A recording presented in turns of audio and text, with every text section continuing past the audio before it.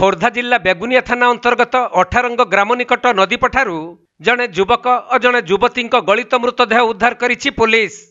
तेबे मृतदेह दुईटी पची सड़ी जाइथिबारु सेगुड़ी को ठीक भाव चिन्हट करा जाई पारि नाही। सेपटे किछि दिन पूर्वे जड़े युवक और जड़े युवती निखोज हो जाइथिबा नै बेगुनिया थाना रे अभियोग होइथिला। तेणु सही रिपोर्ट को भित्ति करी एही मृतदेह सेमानकर बोली पुलिस अनुमान करिथिला। परे मृतकंक परिवार एवं संपर्क माने मृतदेह को चिन्हट करिसंती।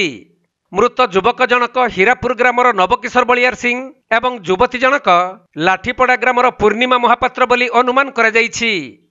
तेबे हुएत मृतदेह 5 दिनरु अधिक हेब पड़ी रहिथिबा संदेह करा जाउथबा बेले दुर्गंध हेबारु गाई चराउथबा जने व्यक्ति देखि पुलिस को खबर देइथिले।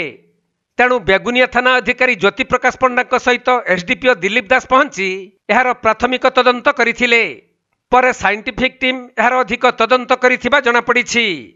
तेबे उभय युवक युवती को हत्या करी फोपाड़ी दिया जाइथिबा अनुमान करा जाउछि।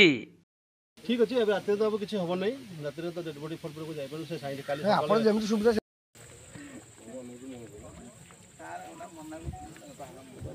खोर्धा जिला प्रतिनिधि प्रशांत कुमार बेहेरा रिपोर्ट, कोणार्क लाइव।